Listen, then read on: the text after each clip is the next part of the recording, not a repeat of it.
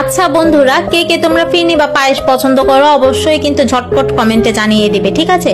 আচ্ছা চলো আজকে ফিরনি রান্না দেখি।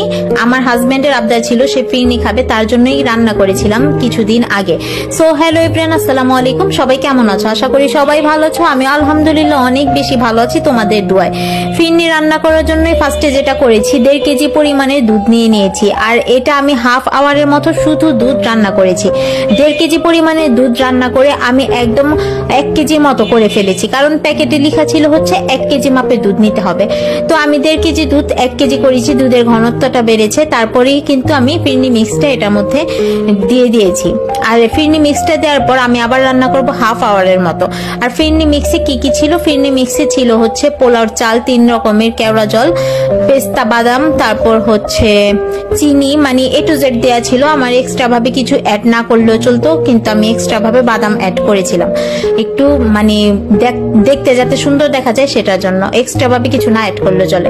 দেখো এটা আমি হাফ আওয়ার পর্যন্ত রান্না করেছি, তারপরে আমার এই ঘনত্বটা এসেছে। আমার এটা ভালো লাগছিল না, আমার আরো ঘনত্ব দরকার ছিল। কারণটা হচ্ছে যে ঘনত্ব যত বেশি হয় ততই কিন্তু ফিরনিটা খেতে ভালো লাগে।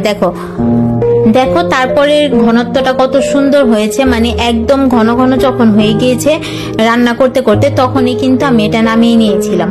আর এটার মানে 3 রকমের কেওড়া জল যেহেতু তারা দিয়েছে, সেটার স্মেলটাও কিন্তু অনেক বেশি ছিল। আর আমি মানে ফিরনি মিক্সচার ফিরনির যখনই রান্না করি না কেন, হয়তো আমার চাল একদম কম হয়ে যাবে, নয়তো একদম বেশি হয়ে যাবে।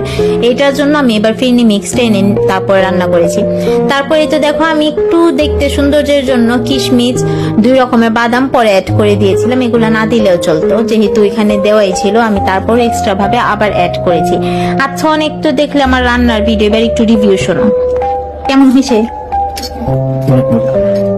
যাই হোক, তোমাদের রিভিউটা কেমন লেগেছে অবশ্যই কমেন্ট করে জানাবে। আর ফিরনিটা কিন্তু ভীষণ মজা হয়েছে, তোমাদেরকেও একটু দেখালাম, তোমরাও খেয়ে নাও। টাটা, বাই বাই, আল্লাহ হাফেজ।